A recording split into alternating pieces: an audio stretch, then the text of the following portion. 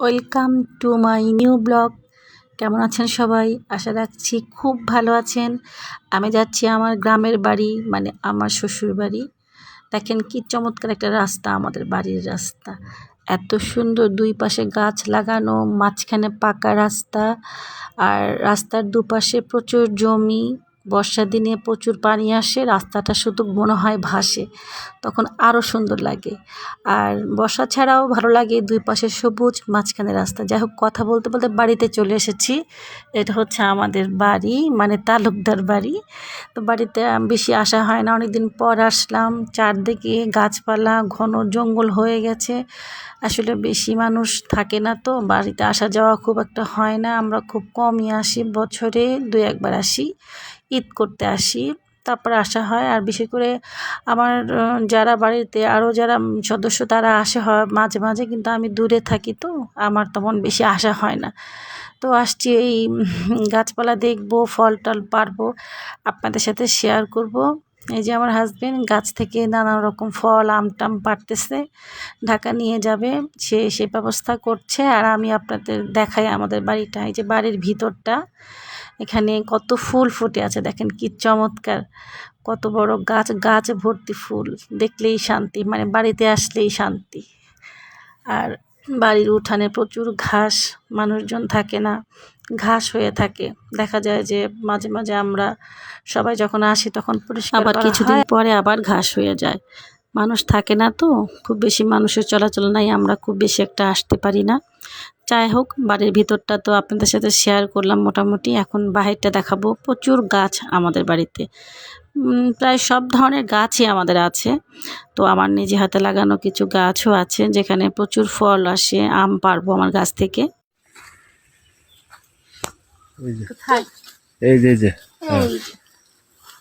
এই যে আমার নিজের হাতে লাগানো গাছের আম।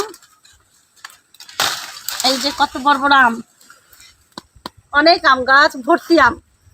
বাড়িতে কেউ থাকে না, গ্রামের মানুষ ইচ্ছা মতো নিয়ে যায়, তারপরেও কত আম। এই আমার নিজের হাতে লাগানো আম গাছ।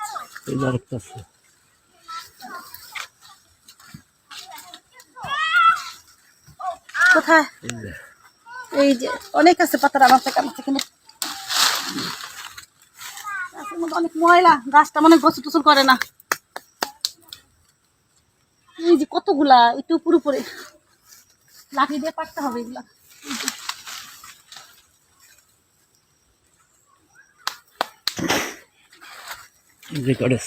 হ্যাঁ, বড় কোটা লাগবে। ওই যে উপরে গুলা পারতে হবে, অনেক আম, এখনো অনেক আম। কতক্ষণ যাবত আম পারতেছি, আম আর শেষ হয় না।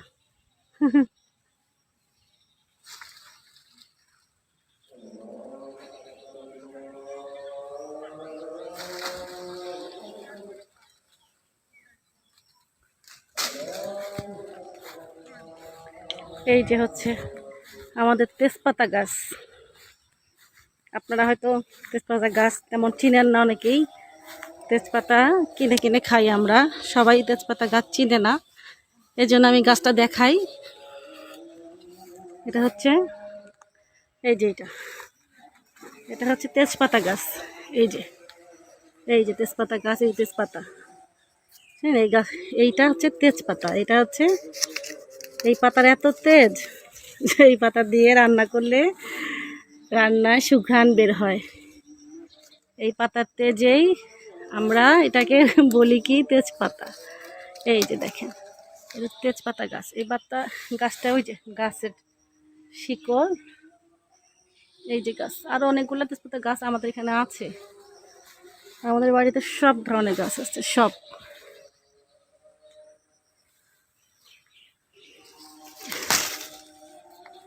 যে তেজপাতা, এগুলা শুকাতে হবে, শুকাইলেই একদম বাজারে কেনা তেজপাতার মতো হয়ে যাবে।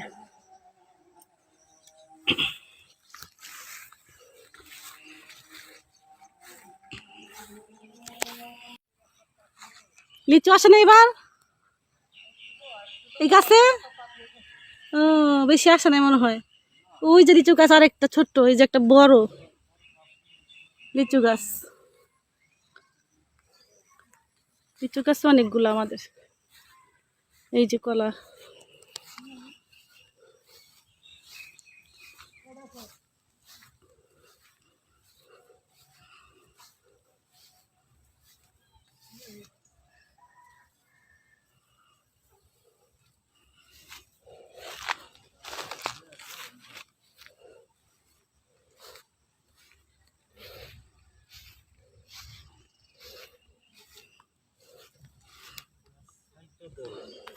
হ্যাঁ, থাকলে আরো ফল হবে। এই যে, এটা হচ্ছে আমাদের পুকুর। এটা হচ্ছে লটকানা গাছ। এই যে দেখতে পাচ্ছেন কত লটকান, একদম গোড়া পর্যন্ত থাকে। মানুষ তো ইচ্ছা মতো নেয়, বাড়িতে কেউ থাকি না আমরা। এই যে কত লটকন ধরে ধরে ঝুলে আসছে। এই যে এটা হচ্ছে লটকনা গাছ।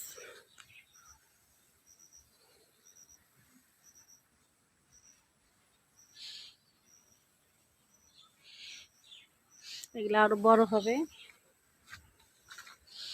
পাকবে। এই যে ওই যে ঝুলে ঝুলে আসছে, এগুলো আরো অনেক বড় হবে।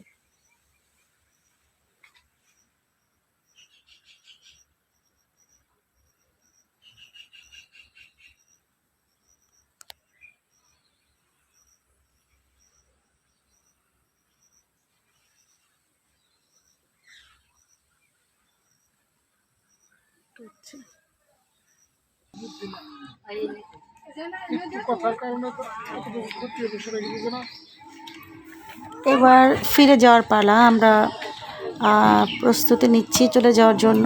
অনেকটা সময় থাকলাম বাড়িতে, খুব ভালো সময় কাটলো। ইনশাল্লাহ আবার আসবো, তখন আপনাদের সাথে আবার শেয়ার করব। এই যে আমাদের সেই রাস্তা, সুন্দর রাস্তা। সত্যি মন ভালো হয়ে যায় বাড়িতে আসার সময়। বাড়িতে যাওয়ার সময় রাস্তাটা খুবই সুন্দর, আমার খুব ভালো লাগে এই রাস্তাটা। তো যাই হোক, ভালো থাকবেন। আশা রাখি আপনাদের ব্লগটা ভালো লেগেছে। আপনাদের সাথে আবার শেয়ার করবো নতুন কোনো জায়গা, নতুন কোনো পরিবেশ। আমাদের জন্য দোয়া রাখবেন। আপনারা ভালো থাকবেন। আল্লাহ হাফিজ।